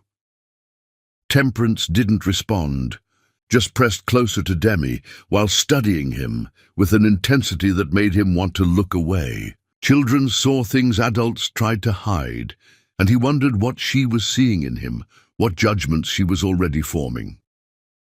"You can call me Gareth," he continued when silence stretched too long, "or anything you're comfortable with. Whatever feels right to you. Are you my daddy?" The question came out small but direct, cutting through pretense to the heart of everything. Gareth looked at Demi, unsure how to answer, but she gave him nothing. This was his to navigate. "I am," he said finally, "biologically, but I haven't been part of your life, haven't been there for you, so I understand if that word doesn't feel right yet." "Where were you?" No anger in the question, just confusion that was somehow worse. "I didn't know you existed, sweetheart. Your mum didn't tell me about you because—" He faltered, unsure how much truth was appropriate for a child this young. "Because he left before I knew you were coming," Demi interjected, her tone sharp. "He ended our relationship and moved on with his life. When I found out I was pregnant, I decided we didn't need him." The words landed exactly as she'd intended them, making Gareth the villain without actually lying. He wanted to argue, to explain that he hadn't known, but Dr. Reeves shot him a warning look. They discussed this in preparation, how he couldn't make Temperance choose between parents, couldn't undermine Demi's credibility, even when her framing hurt him. "That's true," he said carefully. "I left your mom, and I hurt her badly. She had every reason not to tell me about you. I wasn't someone who deserved to be your father back then. Did you not want me?" Temperance's voice wavered slightly, and Gareth's heart cracked clean through. "I didn't know about you to want you or not want you, but I promise, if I'd known, I would have." He stopped, unsure how to finish that sentence honestly. "You would have what?" Demi's voice cut through his hesitation like a blade. "Stayed out of obligation, resented us for ruining your perfect new life. Don't make promises to her that we both know you wouldn't have kept." "Demi," Dr. Reeves said gently, but the damage was done. Temperance started crying, quiet tears that she tried to hide against Demi's shoulder. Gareth felt panic rise in his chest, the meeting falling apart before it had really begun. "I'm sorry," he said desperately. "Please don't cry. I didn't mean to make you sad." "Why is everyone fighting?" Temperance asked through tears. "I just wanted to know my daddy, but everyone's mad." "We're not mad at you, baby," Demi said, shooting Gareth a look of pure fury. "Nobody is mad at you. But you're mad at him." Temperance pulled back to look at her mother. "You're mad at my daddy." "That's between us, not about you," Demi tried to explain, but Temperance was shaking her head. "He left you because of me. He didn't want me, so he left." "No, sweetheart, no," Gareth tried to interrupt, but Temperance wasn't listening to either of them anymore, just crying in that heartbroken way children cry when they're trying to understand something too complicated for their experience. Dr. Reeves stood smoothly, her professional calm cutting through the emotional chaos. "I think we need to take a break. Demi, why don't you take Temperance to get some water from the cooler in the hall? We'll regroup in a few minutes." Demi didn't argue, just gathered their daughter and carried her out of the room, leaving Gareth alone with Dr. Reeves and the wreckage of his first attempt at fatherhood. "That was a disaster," he said, dropping his head into his hands. "It was difficult," Dr. Reeves corrected, "but not unexpected. First meetings with estranged parents are almost always hard. Temperance is trying to process a lot of complicated emotions, and neither you nor Demi managed to keep your adult conflict out of the conversation." "She hates me." The realization felt like drowning. "My daughter hates me, and we just met." "She doesn't hate you. She's confused and overwhelmed. But you need to understand something, Gareth. This isn't about you earning forgiveness or redemption. This is about whether you can consistently show up for a child who doesn't know you and has no reason to trust you. That first interaction was painful, and there will be more painful ones. The question is whether you're going to keep coming back, or whether this is where you decide it's too hard. Through the wall, he could hear Temperance still crying, hear Demi's low voice trying to comfort her. He'd been in his daughter's presence for less than 10 minutes, and he'd already hurt her, already proven himself capable of causing exactly the kind of pain Demi had spent years protecting her from. "Should I go?" he asked. "Would it be better for her if I just left?" "That's not my decision to make. That's yours. But understand that if you leave now, you're confirming everything your daughter just learned about you. That you're someone who runs when things get hard." Gareth sat with that knowledge, feeling like it might crush him. He could walk away, tell himself this was proof he didn't belong in Temperance's life, go back to his hotel and his empty existence. Or he could stay, could face his daughter's tears and his ex's fury and his own overwhelming inadequacy, and try again, despite knowing he'd probably mess up repeatedly. When Demi and Temperance came back 10 minutes later, Temperance's eyes were red, but she'd stopped crying. She climbed back onto the couch next to her mother, but she was looking at Gareth with something that might have been curiosity instead of just fear. "I'm sorry I made you upset," Gareth said quietly. "I don't want to hurt you. I know I already did just by being here and bringing up confusing stuff, but I promise that wasn't my intention. Why do you want to know me?" Temperance asked, her voice steadier now. "If you didn't know about me before, why do you care now?" The question deserved honesty, even if honesty was inadequate. "Because when I found out you existed, when I realized I had a daughter I'd never met, it changed everything. I've made a lot of mistakes in my life, and leaving your mom the way I did was the biggest one. I can't fix that. I can't make up for the years I wasn't here. But I want to try to be someone you can know, someone who shows up for you if you'll let me. Are you going to leave again?" The question was devastating in its simplicity. "I'm going to try my best not to. But I understand if you don't believe me, because I haven't given you any reason to trust me yet. All I can do is keep showing up and hope that eventually you'll see I mean it." Temperance studied him for a long moment, then reached for a coloring book Dr. Reeves had placed on the coffee table. "Do you know how to color?" The shift was so sudden, it took Gareth a moment to process. I think so. It's been a while."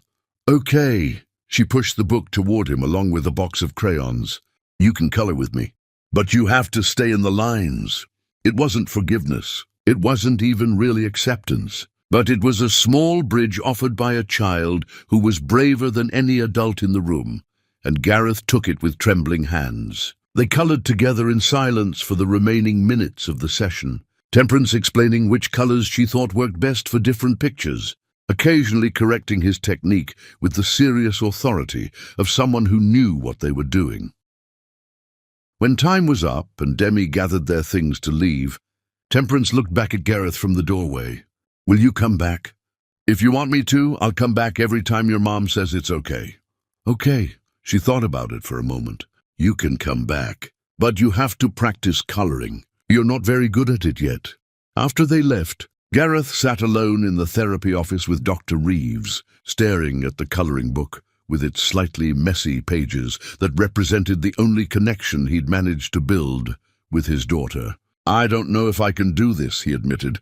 "I don't know if I'm strong enough to keep showing up when it's this hard." "Then you figure out how to become strong enough," Dr. Reeves said without sympathy. "Because that little girl just showed you more grace than you probably deserved, and you owe it to her to at least try. Nobody said earning your daughter's trust would be easy. They said it would be worth it. The question is whether you believe that enough to do the work."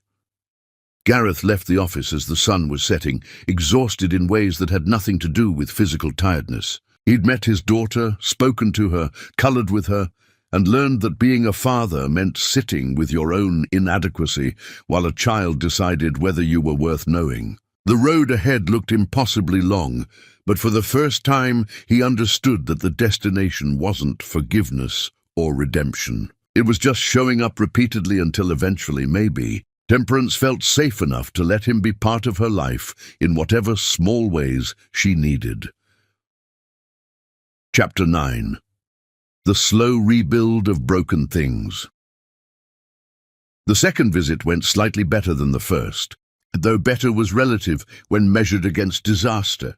Temperance didn't cry, which felt like victory. She brought her own colouring supplies this time, spreading them across the coffee table with the proprietary air of someone claiming territory. Gareth followed her lead, colouring what she told him to colour, using colours she approved, learning that being her father meant surrendering, control, and letting her dictate the terms of their relationship. "You're getting better," she announced after examining his work on a picture of a butterfly. "But you still go outside the lines sometimes." "I'll keep practicing," he promised, and meant it in ways that had nothing to do with colouring.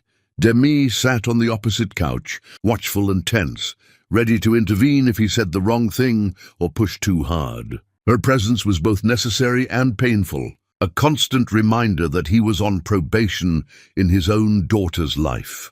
Dr. Reeves observed their interactions with professional detachment, occasionally redirecting conversation when it veered toward dangerous territory.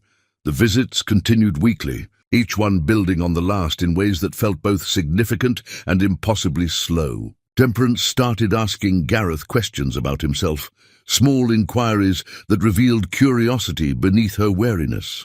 What was his favorite color? Did he like the same foods she did? Had he ever been to the ocean? He answered honestly, resisting the urge to make himself seem more interesting, letting her see him as he actually was. During their fifth visit, she brought a drawing she'd made at school, a stick figure family with careful labels. "That's Mama," she explained, pointing to a figure with brown skin and curly hair. "That's me." "And that's you." The third figure stood slightly apart from the others, but it was there, included. Gareth's eyes burned with tears he barely managed to contain. "Can I keep this?" he asked, his voice rough. Temperance considered the request seriously. "I guess so, but you have to keep it safe. Don't let it get ripped or anything, I promise. I'll keep it somewhere special." He framed the drawing and kept it on the nightstand in his hotel room, where it was the last thing he saw before sleeping and the first thing he saw upon waking. This piece of paper with its clumsy stick figures became evidence that he existed in his daughter's world, even if only at the margins.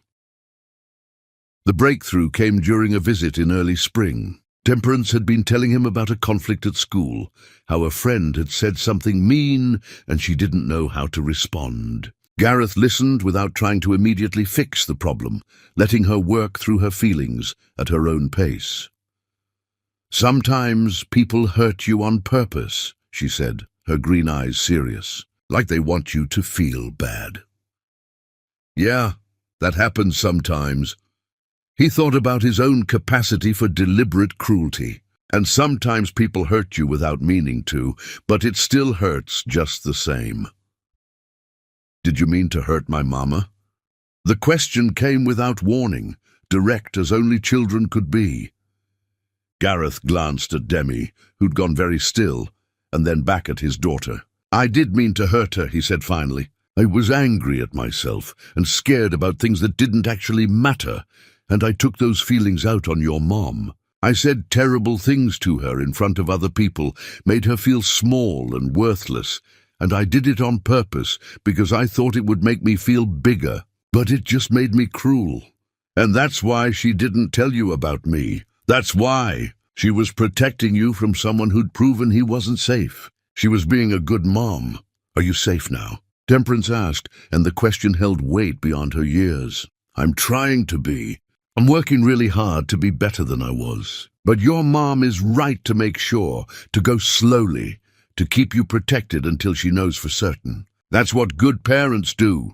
Temperance absorbed this in silence, then went back to her colouring like they'd been discussing something ordinary.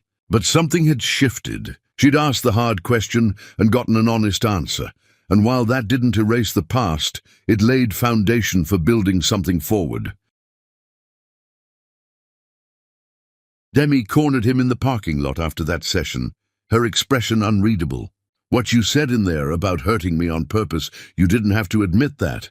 Yes, I did. She deserves honesty, even when it makes me look bad. Especially when it makes me look bad. You're different than you were. I don't know if it's real or just performance, but you're saying things the old Gareth never would have.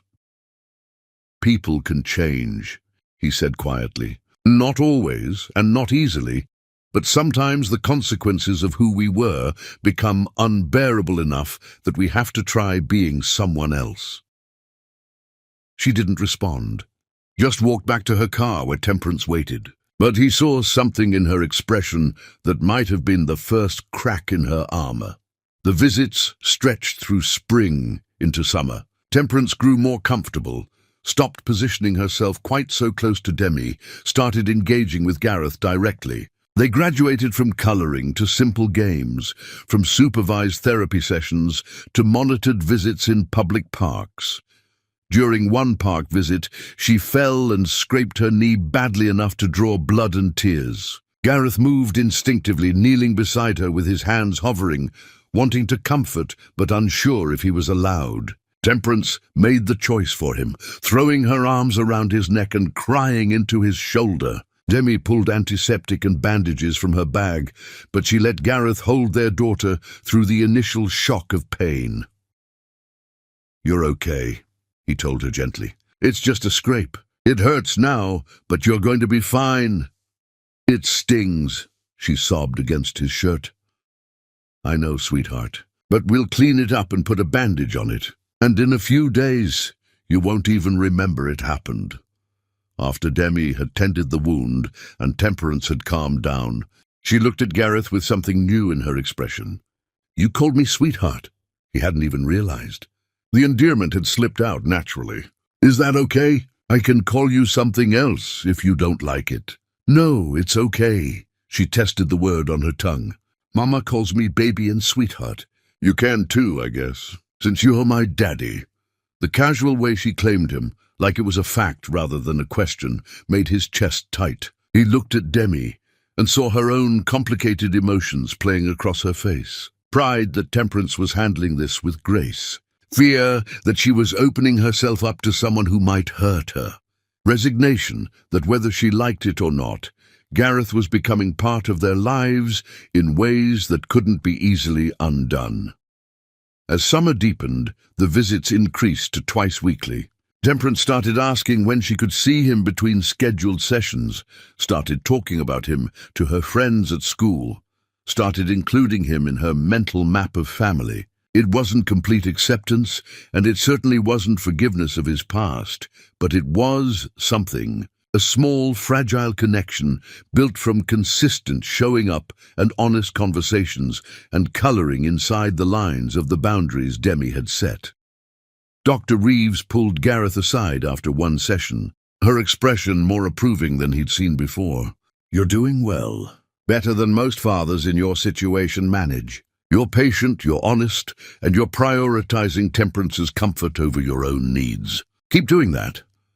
But Gareth knew working wasn't the same as finished. He'd earned his daughter's cautious affection, had proven he could show up consistently, but he hadn't earned Demi's forgiveness and might never earn it. Every visit still happened under her watchful eye. Every interaction was still monitored and assessed, and he remained a visitor in his daughter's life rather than an integrated part of it. Chapter 10. The long road to something like family. More than a year passed in increments of supervised visits that gradually became unsupervised hours. Then entire afternoons, then occasional overnights in the small apartment Gareth had rented. He'd furnished it carefully with Temperance's input, letting her choose paint colors for the bedroom that would be hers, selecting furniture together, making sure she understood this was her space too.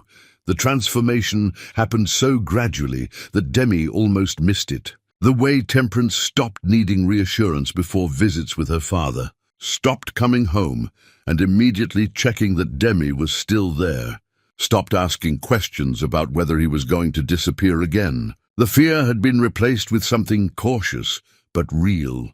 They celebrated Temperance's birthday together at a park she'd chosen. with friends from school running wild across playground equipment, while Demi and Gareth managed logistics from opposite ends of a picnic table.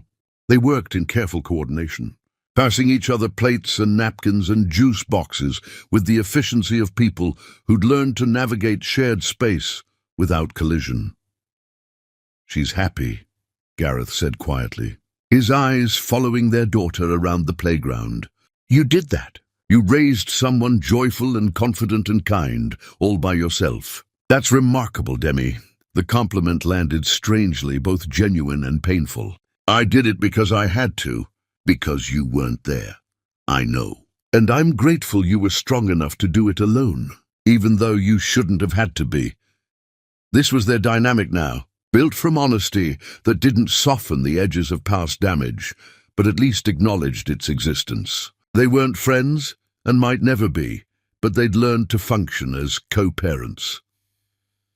The party wound down as late afternoon stretched toward evening. Parents collected their children, thanking Demi and Gareth with the assumption that they were a couple, or at least cordial exes. When finally only the three of them remained, surrounded by gift-wrapped debris and leftover cake, Temperance flopped onto the grass between them with dramatic exhaustion. "This was the best birthday ever," she announced to the sky. "Because you were both here, both my parents together." Demi and Gareth exchanged glances over their daughter's prone form. Neither knew how to respond to the naked hope in her voice. "We're here because we both love you," Demi said carefully. "That doesn't mean we're together as a couple, baby. You understand that, right?" "I know." Temperance sat up, grass stuck in her curls. "But you don't fight anymore. You talk nice to each other. That's good enough."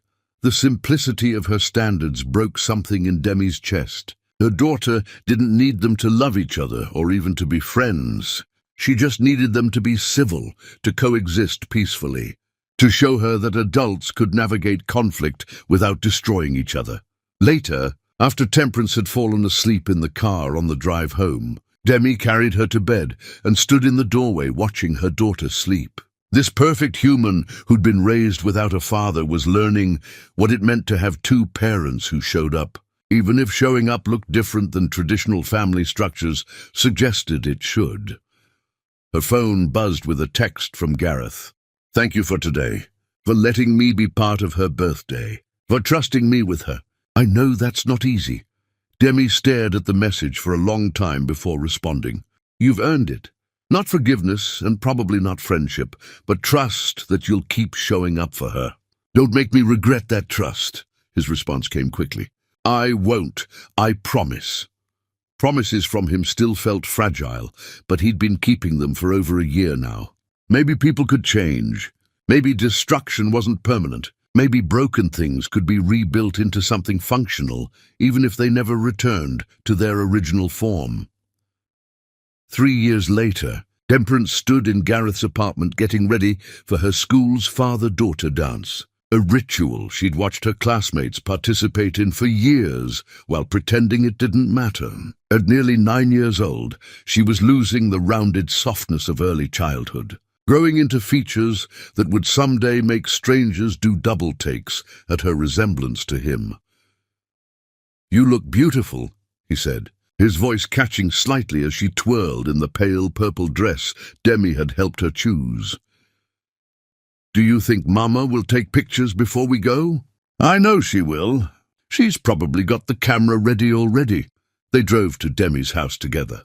Gareth had a key now, used for pickups and drop-offs, for emergencies, and occasionally for dinners where all three of them sat around Demi's kitchen table. They weren't a traditional family, would never be, but they'd found a rhythm that worked. Demi was indeed waiting with her camera, and her expression when she saw Temperance made Gareth's chest tight. She looked at their daughter with such fierce love it was almost painful to witness. "My beautiful girl," Demi said, pulling Temperance into a careful hug. "You're growing up too fast." The photo session happened on Demi's front porch. Gareth and Temperance together, making silly faces and serious ones. Temperance alone, looking far too mature for her age. And then, unexpectedly, Demi handed the camera to a neighbor. "All three of us," she said, and the words landed with significance, none of them acknowledged aloud. They stood together on the porch, Temperance in the middle with her parents flanking her, and smiled for a camera that captured something both ordinary and remarkable. A family that didn't fit any traditional definition, but existed nonetheless. At the school gymnasium, Temperance pulled Gareth onto the dance floor with determination. They moved through simple dances, surrounded by other fathers and daughters, all of them writing memories that would last long after the music stopped. "Thank you for coming," Temperance said during a slower song. "Some of my friends don't have dads who show up for stuff like this. I'm glad you're not like that." The words hit him harder than she probably intended. "There's nowhere else I'd rather be. Do you think you and Mama will ever be friends? Like real friends, not just people who are nice to each other because of me?" Gareth considered lying or deflecting, but they'd built their relationship on honesty. "I don't know. What your mom and I had before you were born, I broke that really badly. Some things can't be completely fixed, just learn to work around. But we care about each other in a different way now, because we both love you." "That's kind of like friends," Temperance reasoned. "Just complicated friends."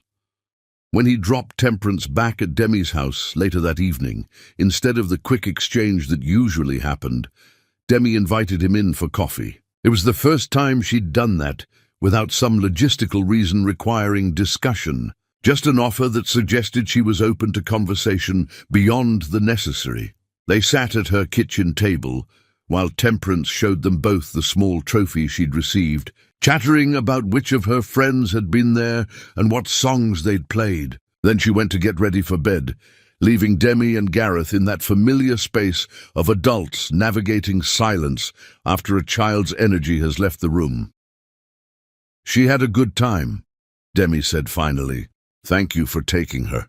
It meant a lot to her. It meant a lot to me, too. I still can't quite believe she wants me there for things like that. You've earned it.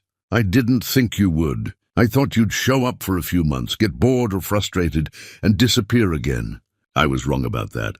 I almost did quit. After that first meeting when she cried, I sat in my car, convinced I was only making things worse. But I couldn't do that to Temperance. Or to you, honestly. You'd spent years raising her alone because I'd proven I was unreliable. I needed to prove you wrong. You did prove me wrong. Not about the past, you can't change that. But about who you are now." She wrapped her hands around her coffee mug, not looking at him. "I don't forgive you for what you did to me. I don't know if I ever will, but I respect what you've become, and I'm grateful Temperance has you in her life. That's more than I deserve, and more than I hoped for when this started."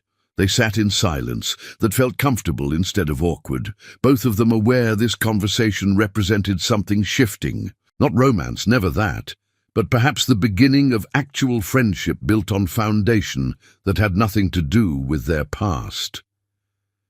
Temperance appeared in the doorway in her pajamas. "Are you guys okay? You look weird."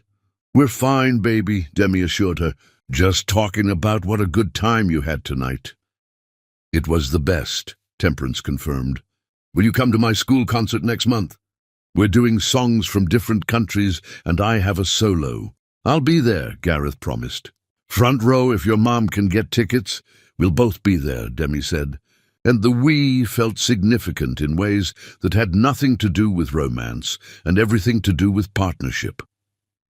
After Gareth left, Demi stood in her kitchen thinking about the strange journey that had brought them here. From the night he'd destroyed her in front of strangers to tonight, sitting at her table drinking coffee like almost friends. They'd traveled distance that shouldn't have been navigable. They would never have what they'd lost, would never reclaim the relationship that existed before he'd called her manipulative and walked away. But they had something different now, built from the wreckage of that destruction. A functional partnership, mutual respect, shared love for a daughter who deserved parents capable of putting her needs first. In his apartment, Gareth looked at the framed drawing Temperance had made years ago, the stick figures that had slowly become reality. He'd earned his daughter's love through patience and consistency. He'd earned Demi's grudging respect by proving he could prioritize their child over his own comfort. He hadn't earned forgiveness and knew he never would, but maybe that was okay. Maybe some wounds were too deep to fully heal, and the best you could do was learn to function despite the scars. His daughter had both parents now, imperfect and complicated but present. She had love that came without conditions, security that wasn't dependent on any relationship beyond the one she had with each of them individually. The next morning, Demi's phone rang early. Gareth's name on the screen still made her pause before answering. "Temperance left her backpack in my car," he said. "I can drop it off before school if that helps." "That would be great, actually. We're running late this morning." When he arrived 20 minutes later, Temperance threw her arms around him in greeting like it was the most natural thing in the world. Demi watched her daughter hug her father and felt something she hadn't expected to feel. Not forgiveness, that was too far, but something softer than the anger she'd carried for so long. "Thank you," she said as he handed over the backpack. "Any time." He hesitated at the door. "Demi, I know I can't fix what I broke between us, but I want you to know that seeing who you've become, understanding what you built from nothing while I was wasting time on things that didn't matter, it's made me realize you were always the strongest person I ever met. I was a coward for not recognizing that." The words hung in the air between them, honest and raw. Demi looked at the man who'd once destroyed her and saw someone different. Someone humbled by consequence, changed by the work of earning his daughter's trust, capable of acknowledging his failures without making excuses. "We should get going," she said finally, but her voice was gentler than it had been. "Come on, Temperance. Say goodbye to your dad." Temperance hugged him again, then skipped toward the car. Gareth stood on the porch watching them prepare to leave, and for the first time, Demi didn't feel the need to hurry away from his presence. "See you at the concert," she said. "See you then." As she drove Temperance to school, her daughter chattered about the upcoming performance, about how she was nervous but excited, about how it would be the first time both her parents watched her do something important on stage. Demi listened and realized that somehow, impossibly, they'd given their daughter what she'd always deserved. Not a traditional family, not the fairy tale version where everyone loved each other, but something real. Two parents who'd learned to work together to support her, to show up consistently, even when it was hard. The story didn't end with forgiveness or reconciliation. It ended with understanding, with two people who'd hurt each other, learning to build something functional from the pieces of what they'd broken. With a daughter who knew she was loved fiercely by both parents, even if they could never love each other the way they once had.